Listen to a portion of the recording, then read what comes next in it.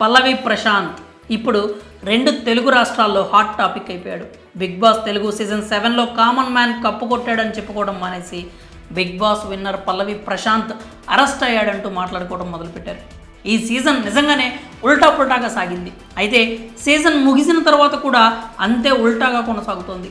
ఏ సీజన్లో కూడా ఇలాంటి దాడులు, కంటెస్టెంట్స్ కార్లను ధ్వంసం చేయడం చూడలేదు. ఏ సీజన్లో కూడా ఫ్యామిలీని బూతులు తిట్టడం, ఇంట్లో ఆడవాళ్ళని లాగడం చేయలేదు. కానీ ఈ సీజన్లో అలాంటి అన్ని దారుణాలు చూసాం. చివరకు టైటిల్ విన్నర్ అరెస్ట్ కూడా అయ్యాడు. అయితే పల్లవి ప్రశాంత్ అరెస్టుకు ఒకే ఒక కారణం కనిపిస్తోంది. పల్లవి ప్రశాంత్ హౌస్లోకి వెళ్ళింది మొదలు సెన్సేషన్ క్రియేట్ చేస్తూనే ఉన్నాడు. అక్కడున్న సెలబ్రిటీలను వెనక్కి నెడుతూ అన్ని ఆటల్లో టాప్ ప్లేస్లో నిలిచాడు. రైతు బిడ్డ అనే ట్యాగ్తో ప్రేక్షకుల వద్ద మంచి పేరు సంపాదించుకున్నాడు. చివరకు టైటిల్ విన్నర్ కూడా అయ్యాడు. కానీ ఇప్పుడు అరెస్ట్ అయి కటకటాల వెనక్కి వెళ్తున్నాడు. అయితే ఇందులో అతడిని చాలామంది టార్గెట్ చేశారంటూ కామెంట్స్ పెడుతున్నారు. ఇందులో కేవలం ఒకే ఒక్క కారణం వల్ల పల్లవి ప్రశాంత్ అరెస్ట్ అయ్యాడని చెప్పాలి. అదేంటంటే పోలీసుల మాట వినకపోవడం.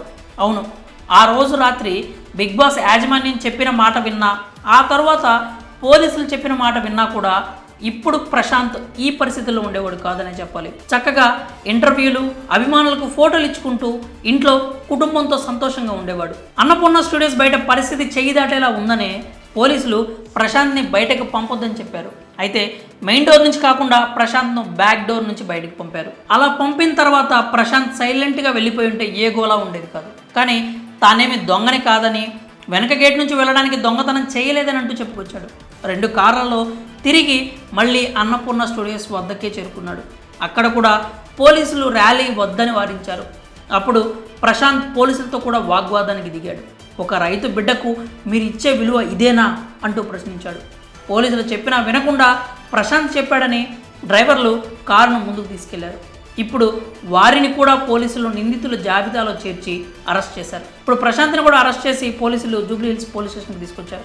పల్లవి ప్రశాంత్పై మొత్తం 9 సెక్షన్ల కింద కేసు నమోదైంది. ఏమున్నా కానీ మెజిస్ట్రేట్ ముందు చెప్పుకోవాలని పోలీసులు సూచించారు.